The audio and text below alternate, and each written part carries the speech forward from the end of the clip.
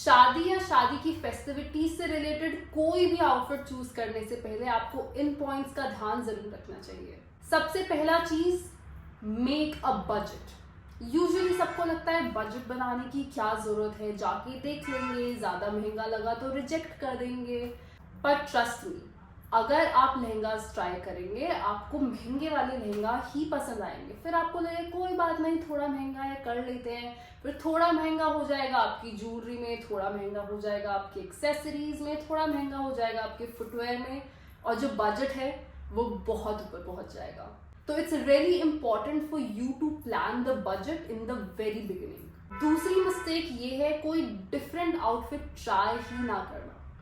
Usually आजकल के brides and grooms are so confident and they know exactly what they want, right. उन्हें पता होता है मुझे इस तरह से दिखना है, मुझे ऐसा लहंगा चाहिए, मुझे ऐसे एस्थेटिक चाहिए। तो उससे अलग कोई भी लहंगा होगा या कोई भी शेरवानी होगी तो I am not gonna try, क्योंकि मुझे नहीं लगता ये मेरा टेस्ट का है।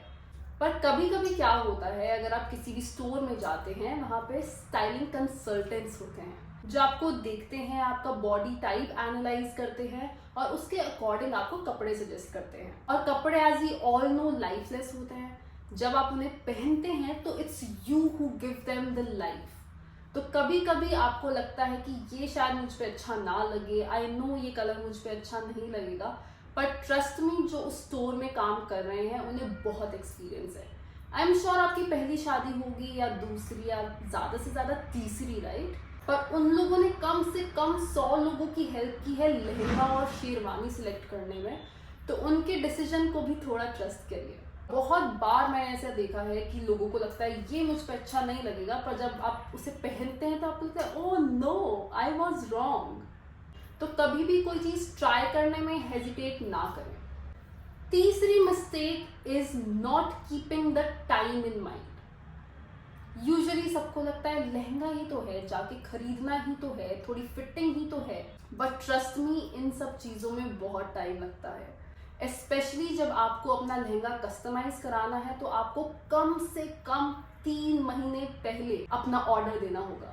आपको उसका मेकिंग टाइम प्लस उसका डिलीवरी टाइम भी कंसिडर करना चाहिए। ऐसा इतनी बार होता है कि आपको लहंगा बस एक दिन पहले मिल रहा होता है और उस एंड मोमेंट पे अगर कोई फिटिंग प्रॉब्लम्स है तो आप वो भी ठीक नहीं करा पाते हैं। तो जब भी कोई शोरूम में आपसे पूछे आपको कब तक लहंगा चाहिए, तो अपना रियल शादी का डेट ना बता के थोड़ा स्मार्ट बनिए और कम से कम 15 दिन का सेफ्टी नेट लेकर चलें। तो कोशिश करें कि 15 दिन से 1 महीने तक का सेफ्टी नेट आप लेकर चलें, क्योंकि आपकी शादी के कपड़े हैं, ये कोई नॉर्मल कपड़े नहीं हैं जिसमें आप एक बार जाते हैं, फिटिंग कराते हैं और सब कुछ ठीक हो जाता है।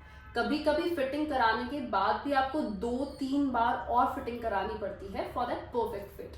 Fourth mistake is to not wear comfortable garments, be it your outfit, be it your footwear और बी इट योर ज्वेलरी।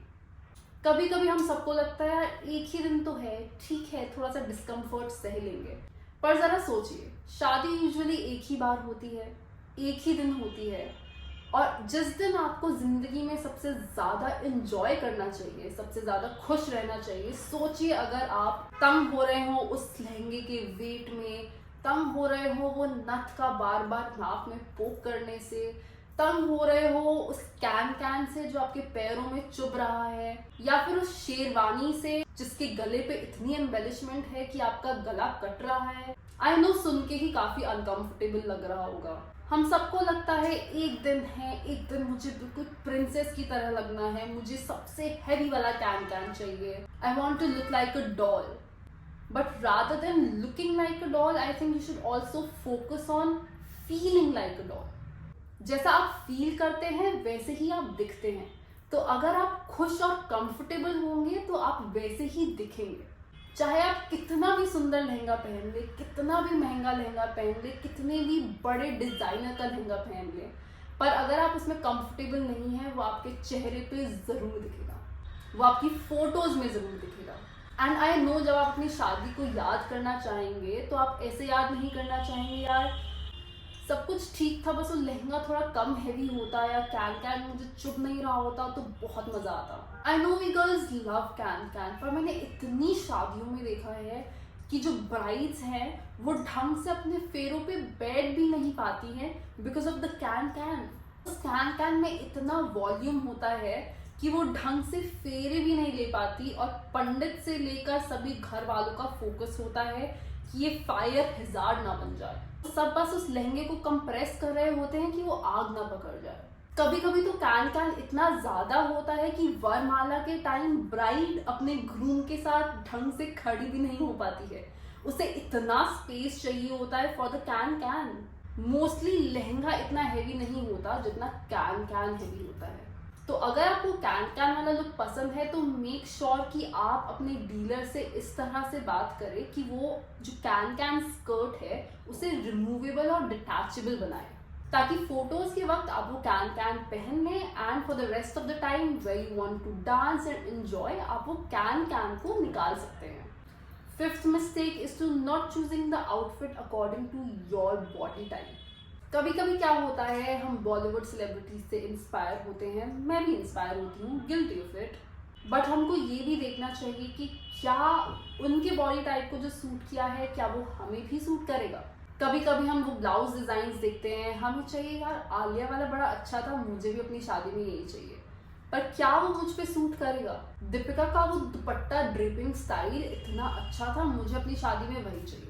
उस ड्रेपिंग स्टाइल को अगर एक 5 फुट 2 इंच वाली लड़की करेगी तो वो कैसी लगेगी। शायद ऐसा लगेगा कि दुपट्टे ने उसको ओढ़ा है और उसने दुपट्टे को नहीं। तो जब भी आप अपना लहंगा सेलेक्ट कर रहे हो, लहंगे का स्टाइल सेलेक्ट कर रहे हो, ब्लाउज का कट सेलेक्ट कर रहे हो, दुपट्टा ड्रेपिंग स्टाइल सेलेक्ट कर रहे हो, तो अपना बॉडी टाइप को भी जरूर ध्यान में रखें। आज के लिए बस इतना ही। अब हम मिलेंगे अगले ट्यूसडे को, जहां हम डिस्कस करेंगे फुटवेयर के बारे में, लॉन्जरी के बारे में, वेडिंग हैजार्ड्स के बारे में और थोड़ा बहुत पैसे के बारे में। If you are still watching the video, I am Sakshi and I am a fashion stylist. अगर आपको ब्राइडल स्टाइलिंग से रिलेटेड, ग्रूम स्टाइलिंग से रिलेटेड या इन जनरल स्टाइलिंग से रिलेटेड कोई भी क्वेरीज है तो आप मुझे ईमेल कर सकते हैं for a 1-on-1 styling session.